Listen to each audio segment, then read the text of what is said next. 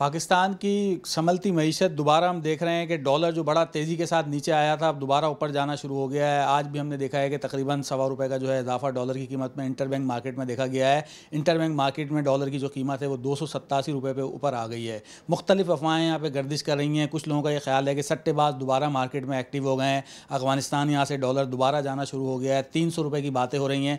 कहाँ तक इन चीज़ों में सदाकत है, क्या अफवाहें, मुस्तकबिल क्या रुपये का लग रहा है, इसके ऊपर हम बात करेंगे। हमारे साथ फॉरेक्स एसोसिएशन के चेयरमैन मलिक बोस्तान साहब मौजूद हैं। मलिक साहब, ये बताइएगा क्या फ्यूचर लग रहा है रुपए का आपको?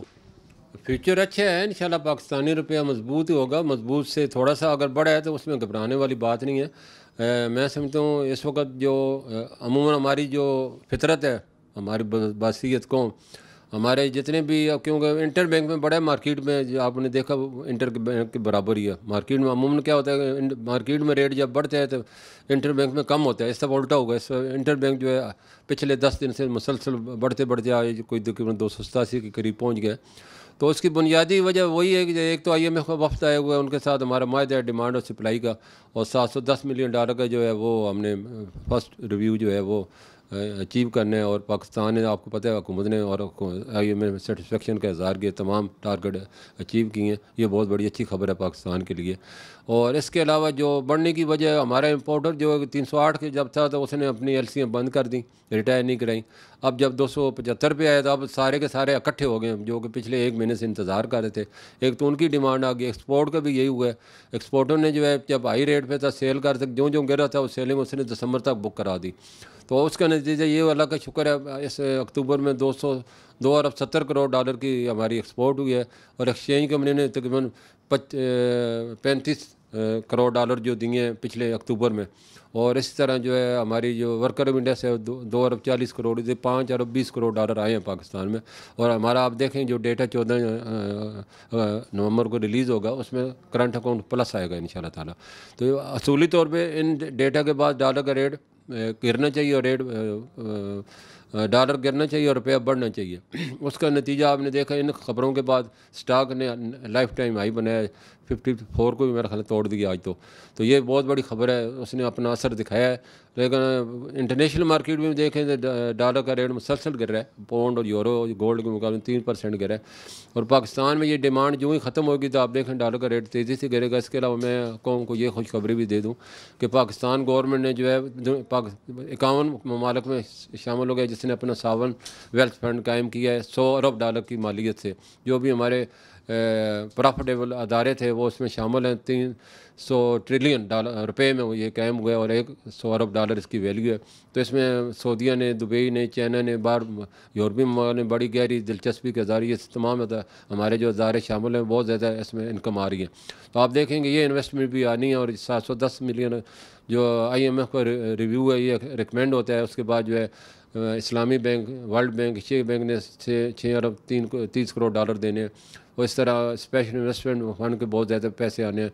ग्रीन रिफाइनरी के लिए चाइना ने जो है वो एग्री कर लिया है।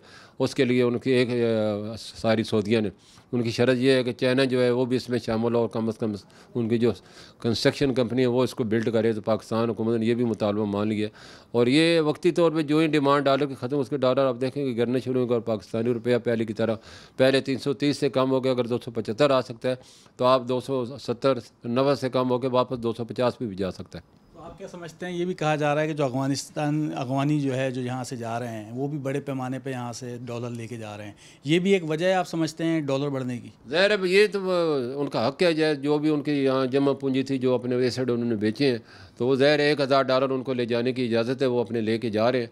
और वो भी उसका भी सिर्फ $5 मिलियन वो उसकी भी डिमांड है। लेकिन कोई इंटर बैंक में तो डिमांड है, लेकिन फ्री मार्केट में हमारा अभी भी सरप्लस है। अभी भी हम पहले हम 20 से $25 million per day inter bank में सेल कर रहे थे। अब जो कम हो गया, अफगानी भाई जो हमारे ख़रीद के जा रहे हैं, तो अब ये कम हो गए तकरीबन 10 से $15 मिलियन पर डे पे आ गया। लेकिन ये वक्ती तौर पे है, जो ही इनकी रेफ्यूजी जाएंगे उसके बाद देखेंगे इनकी डिमांड ख़त्म हो जाएगी। लेकिन बड़ा जो हमारा इस वक्त डिमांड है वो इंटर बैंक है। और इंटर बैंक में जो ही रेट कम होगा इस मार्केट में, तो पहले ही इंटर बैंक के बराबर, वरना ₹30 का फ़र्क होता था एक वक्त में, आपने देखा होगा। लेकिन अब फ़र्क ज़ीरो है। तो ये बहुत बड़ी कामयाबी है। इसमें बदल पाकिस्तान में जेन्युइन डिमांड है, कोई स्पेकुलेशन डिमांड नहीं है। तो आप क्या समझते हैं जो लोग अभी भी ये सोच के डॉलर ले रहे हैं कि 300 रुपये 350 रुपये का डॉलर हो जाएगा, उनको क्या मशवरा देंगे? वो लगता है कि फिर उनकी सरमायाकारी खतरे में आएगी? नहीं नहीं, पब्लिक ले ही नहीं रही। 2% वो लोग ले रहे हैं जो सफ़र कर रहे हैं। हमारे पास कोई इन्वेस्टर नहीं आ रहा, बिल्कुल ही बड़ी पेमेंट कोई भी नहीं आ रही। तो हमारे पास सरप्लस होने का मतलब ही ये है कि हमारा मार्केट में नहीं बिक रहा, वरना अगर बिक रहा होता है तो हम इंटर बैंक में कैसे सेल करते? ये तो पहला सबूत है। बाकी इंटर बैंक में बाकी जो इम्पोर्टर है वो इस वक्त यकदम उन्होंने समझो अटैक ही हमले ही कर दिया। दूसरे लफ्ज़ों में यही कहेंगे कि उनकी जो पहले एलसी 10% खो रही थी, अब 9% खो रही हैं। तो ज़ाहिर है अब सप्लाई जो एक्सपोर्टर है, जो पहले सोच रहा था कि मैं इससे पहले कि 250 का वो मैं फटाफट अपनी जो है एक्सपोर्ट प्रोसीड को सेल करूं, तो उसने बड़े पैमाने में सेलिंग की। तो यही तो 2 अरब 70 करोड़ डालो तभी तो एक्सपोर्ट प्रोसीड बनी है। तो वो अब रुक गया है, वो अब वेट एंड सी पे आ गया, कहाँ तक आई जाता है। और जब गिरना शुरू होगा तो फिर तो हमारे लोगों की यही चीज़ बढ़ रही होती है तो हम होल्ड करते हैं, गिरती है तो हम भाग के फिर उसको गिराने में और भी हेल्प करते हैं। तो अब ये जब गिरेगा तो ये सारे बेचेंगे इस वक्त। तो आप क्या समझते हैं, आपकी जो पहले फोरकास्ट ठीक है 250 रुपये के अंदर आ जाएगा डॉलर, अभी भी वो कायम है या लगता है कि उससे भी नीचे आ जाएगा? नहीं नहीं, हम कायम हैं बिल्कुल।